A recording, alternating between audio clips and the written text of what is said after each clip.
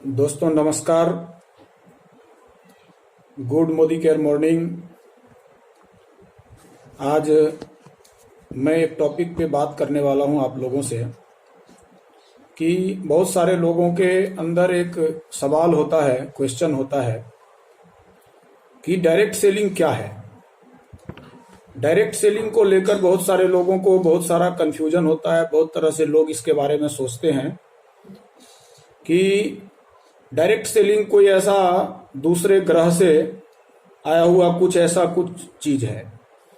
लेकिन दोस्त, मैं आज थोड़ा सा उसके ऊपर चर्चा करूंगा सिंपल से शब्दों में कि डायरेक्ट सेलिंग को लेकर के हम लोग किसी तरह के कंफ्यूजन में ना रहें। डायरेक्ट सेलिंग कोई दूसरे ग्रह से आया हुआ चीज नहीं है। डायरेक्ट सेलिंग मेथड से चलता है। डायरेक्ट सेलिंग मेथड उपभोक्ता का संरक्षण सिद्धांत है जो हम लोग कॉमर्स में पढ़ा करते हैं। कॉमर्स का स्टूडेंट कॉमर्स में पढ़ते हैं कि डायरेक्ट सेलिंग मेथड क्या होता है, उपभोक्ता का संरक्षण सिद्धांत क्या होता है। तो दोस्त, एक सवाल आता है हम लोगों के मन में कि अगर उपभोक्ता का संरक्षण सिद्धांत डायरेक्ट सेलिंग है, डायरेक्ट सेलिंग मेथड से चलने वाली चीज है, तो क्या आज से पहले हम और हमारे दादाजी, हमारे पिताजी, हमारे सारे पूर्वजों ने जिस मार्केटिंग व्यवस्था से जुड़े हुए थे, क्या वो इनडायरेक्ट सेलिंग मेथड था? क्या वहां पे हमारा पोषण नहीं होकर हमारा वहां शोषण हुआ करता था? तो मैं थोड़ा सा इस बात पे अभी चर्चा करूंगा कि हम थोड़ा सा बैक जाएंगे। जो पुराना, जो परंपरागत जो सेलिंग का, जो मार्केटिंग का जो व्यवस्था है, थोड़ा सा उसे हम लोग जानने का कोशिश करेंगे। पहले का जो मार्केटिंग व्यवस्था है दोस्तों, उसे ट्रेडिशनल कंसेप्ट ऑफ मार्केटिंग कहा जाता है। मार्केटिंग करने का पुराना प्राचीनतम व्यवस्था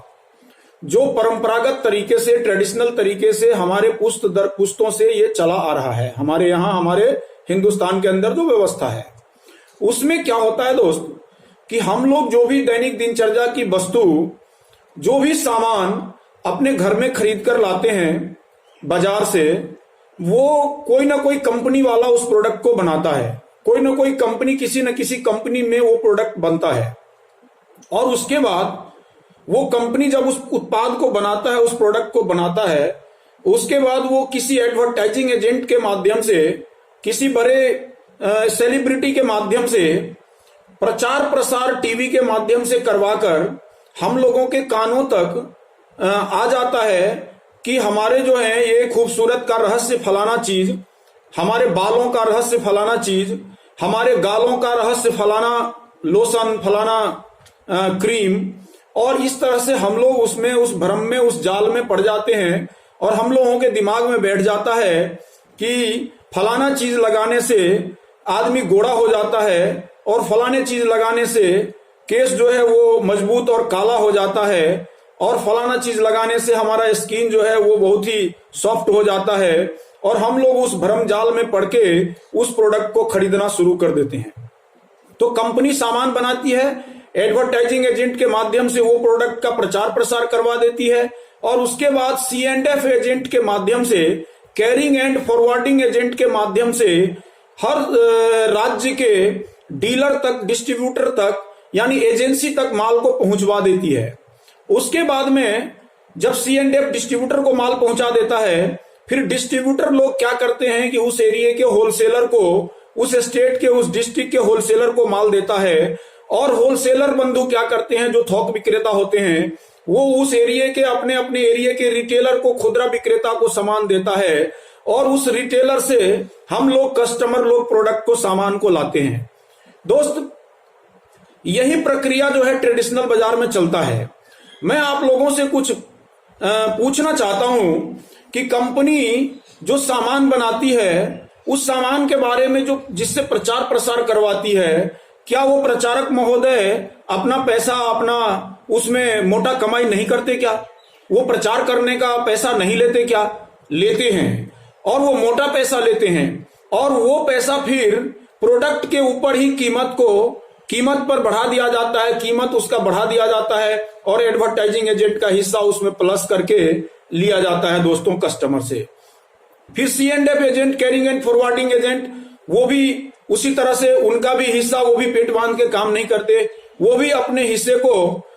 उसी पे प्लस करते हैं। फिर डिस्ट्रीब्यूटर बंधु भी अपना हिस्सा लेते हैं, वो भी अपना कमाई उसी पर प्लस करते हैं। फिर थोक विक्रेता होलसेलर भी अपना कमाई लेकर के उसी पर प्लस करता है। फिर रिटेलर खुदरा विक्रेता भी कुछ अपना हिस्सा लेकर आगे उसको कस्टमर को दे देता है। तो दोस्तों इस तरह से ये जो कड़ी बना हुआ है, जो इनडायरेक्ट सेलिंग का जो काम हो रहा है, यहाँ पे क्या होता है, कंपनी में जो 4 से 5 रुपए में जो सामान बनकर तैयार होता है, वो बीच में advertising agent, C&F agent, distributor, wholesaler और रिटेलर, ये सारे बंधुओं का हिस्सा उस पे प्लस होते होते हम कस्टमर को 4 से 5 रुपए का प्रोडक्ट 9 से 10 रुपए में, 10 से 11 रुपए में हम लोगों को बाजार से उपलब्ध होता है। दोस्त मैं आपसे जानकारी लेना चाहता हूं कि जो प्रोडक्ट 4 रुपए में बना और वो प्रोडक्ट 10 रुपए में मुझे आकर मिलता है, यानी मेरा 60% प्रोडक्ट का कीमत, मेरे पास जो प्रोडक्ट आ रहा है उस पे 60% प्रोडक्ट की कीमत बढ़ जाती है। बीच के जो लोग हैं वो प्रोडक्ट के क्वालिटी को नहीं बढ़ाते, प्रोडक्ट के क्वांटिटी को नहीं बढ़ाते, लेकिन प्रोडक्ट के कीमत को बढ़ा देते हैं। और मैं आपसे जानकारी लेना चाहता हूं दोस्त कि अगर हम 100 रुपए का प्रोडक्ट बाजार से शाम को खरीद कर लाते हैं तो 60 रुपया हम इन बीच वालों के लिए, बीच वालों का जेब भरने के लिए हम बाजार में दे के आते हैं और मूल लागत 40 रुपए से 50 रुपए का मूल लागत का प्रोडक्ट लेकर हम अपने